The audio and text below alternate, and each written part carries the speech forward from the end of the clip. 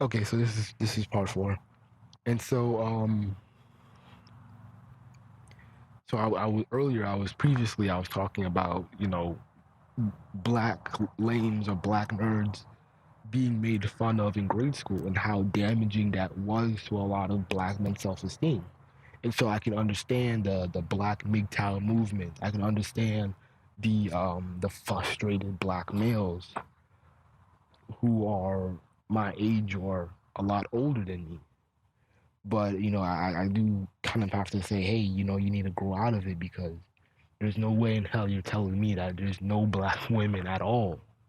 I mean, all you have to do is just marry one black female, find one. That's all it really takes, But so I'm not gonna be like those men who are 36 and they're on some MGTOW shit of fuck black women.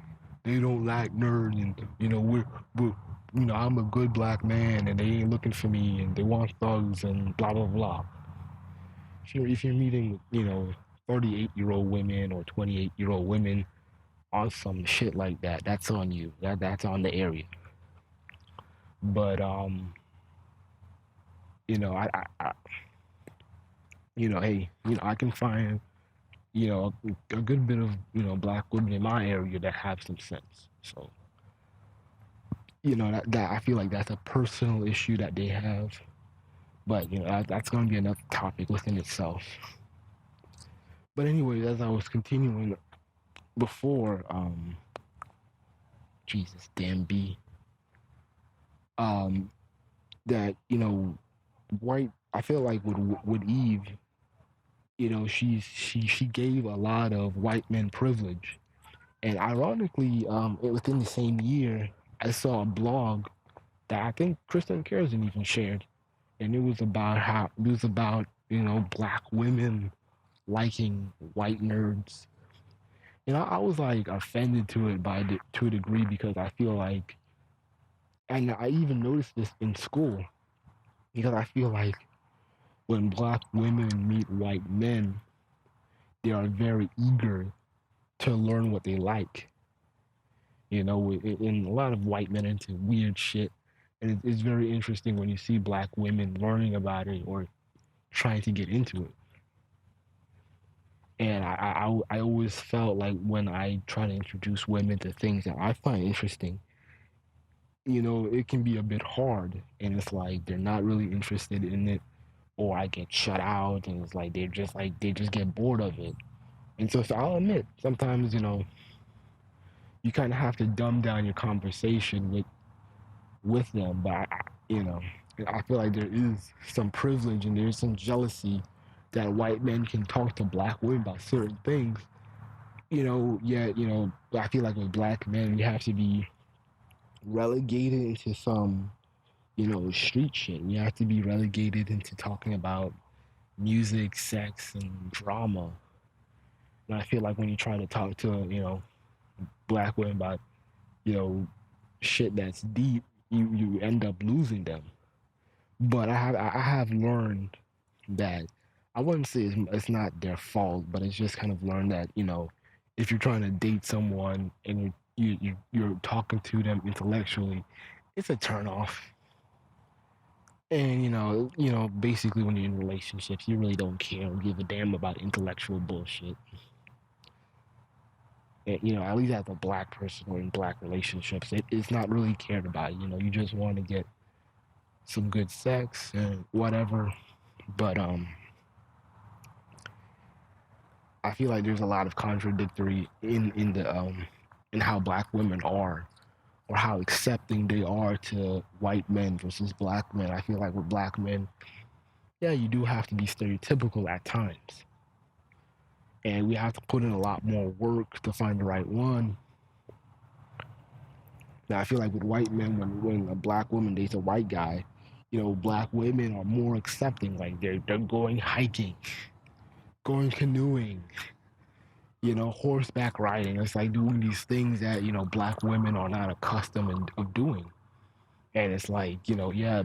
I mean, the thing is, yeah, black men can be into all that stuff.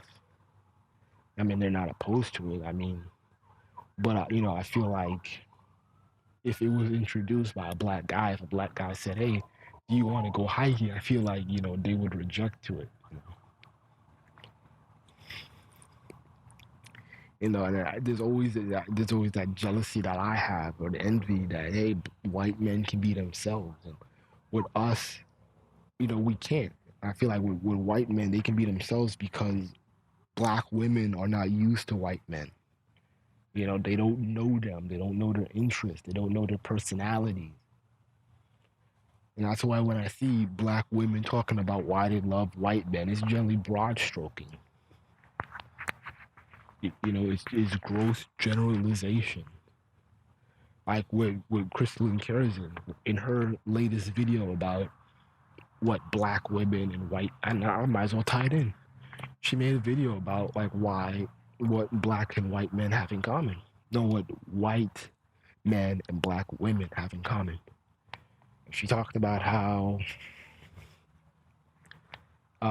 they have a lot in common because they have a superhero. Coincidentally, they have a superhero complex of rescuing people, and the people that they're rescuing are ungrateful. And so, Crystal Kerzin talks about, that white men are tired of rescuing white women who are undeserving and spoiled rotten.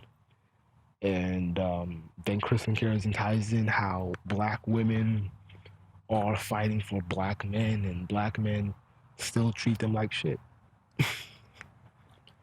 And so she talks about how like they're perfect for each other. They, you know,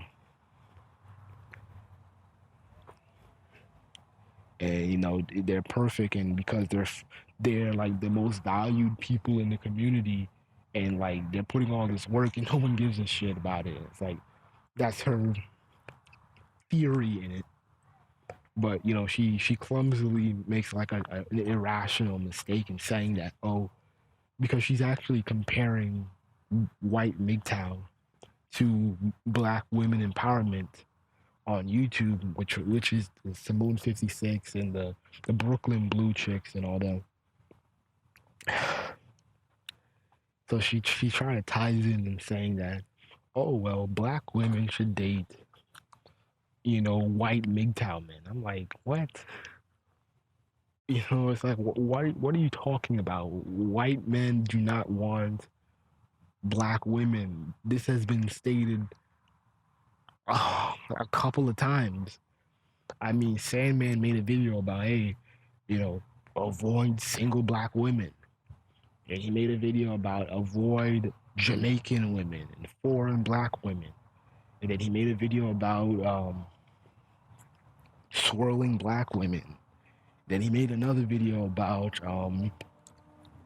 black men had it right and how bad and gold digging black women are. And I think he made another video about black women. I think, I don't know, I can't remember. I know there was swirling, something about Jamaica, single moms,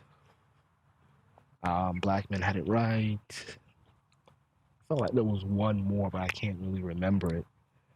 But even with other instances and other white MGTOW dudes, even with the Veganator, he talked about how much he doesn't like black women and how he dated them and they treated him like shit. Not saying he's right, and but a lot of these white MGTOW were running to black men's defense and being like, yeah, black women are so fucked up and this, that, and the third. I'm like, it's like I just kind of laughed at the video because I'm like, how are you gonna have a union of two rebellious people? Like, hey, white men who are like, even Kerzin said it, like, oh, these men don't want to work and they don't want to do this, and somehow she ends up making it sound like that's a good thing. I'm like, okay, like, you're gonna have two rebellious people trying to work together. That's not gonna that doesn't make sense. How you are going to have a white man who is not hypergamous, and you're always talking about how good hypergamy is. He's gonna treat you like the niggas on the street. So that's why he's propping up MGTOW. And that's why they're saying that, black men are the original MGTOW and shit. You know,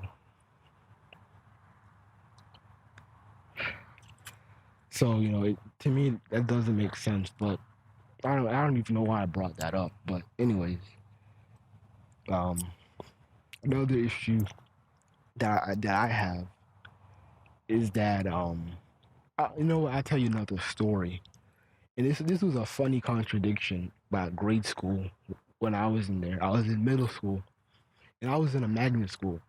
It's generally half and half white and black, and then you have your Asians and your Hispanics and your Indians, and a smaller percentage of Samoans.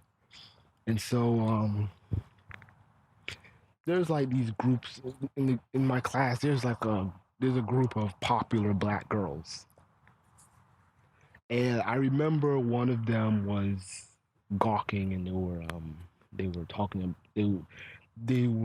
talking about how cute this white boy is, and this white boy is like younger. I think he's like a grade or two below us, because we were in eighth grade, and I think that kid was in seventh or sixth grade.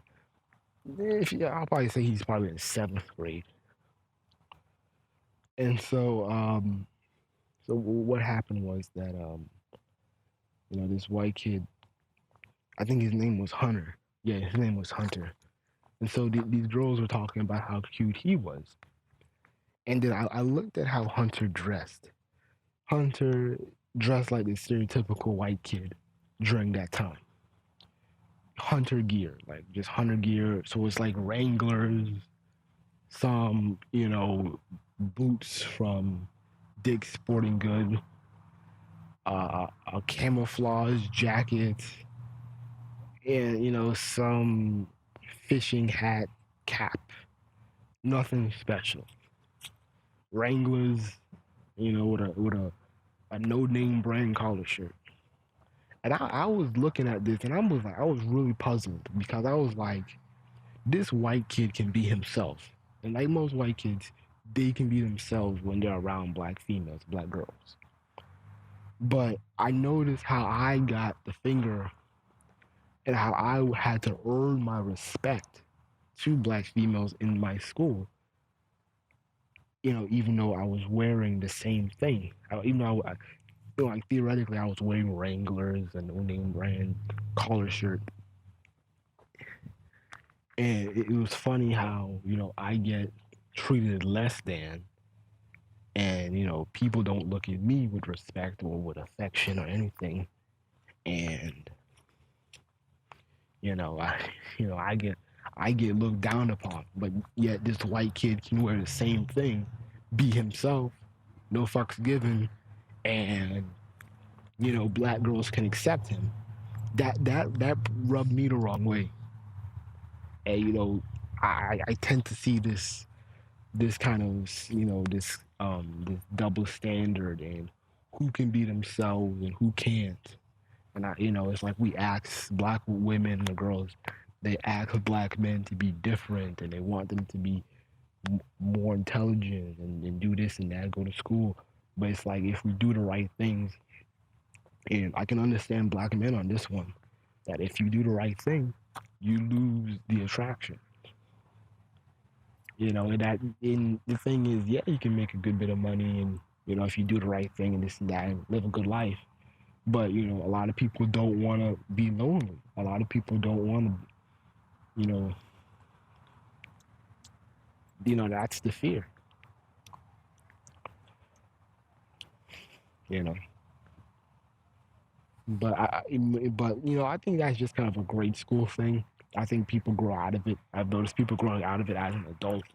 But I can understand the trauma that people in grade school face. Because you don't want to like have like a boring high school year. You know, you don't want a boring one. You want to live your life like MTV Kids or whatever. And so I can understand that. But but that's all I have to say.